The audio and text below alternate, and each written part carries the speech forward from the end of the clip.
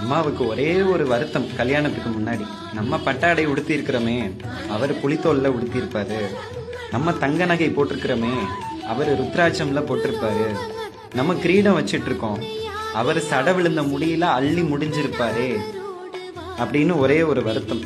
2 பேரும் மனவரையில இருக்கும்போது பொருத்தம் இல்லைன்னு யாரும் பேசிடக்கூடாது நம்ம கணவனை பார்த்து அப்படின்னு வருத்தப்பட்டாராம். அம்பிகையின் மனம் குளிர சுந்தரேஸ்வர ரூபத்தில் வந்தாராம். எப்பவும் புலித்தோல் உடுத்தி இருக்கிறவரு பட்டு பீதாம்பரம் உடுத்தி இருந்தாராம். இன்னைக்கு சுடுகாட்டு சாம்பலை பூசிட்டு இருக்கிறவரு அன்னைக்கு சந்தன சலபம் பூசியிருந்தாராம் மார்பில.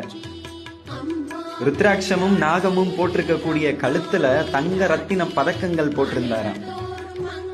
அள்ளி முடிஞ்ச சடை விழுந்த முடிய சீவி சிக்கெடுத்து மணிமுடி சூட்டி இருந்தாராம். அப்பேற்பட்ட அழகனாக வந்தாராம் மதுரைக்குள். இதை பார்த்த தேவர்கள் அனைவரும் சொக்கி நின்றார்களாம் சொக்கனின் அழகை கண்டு.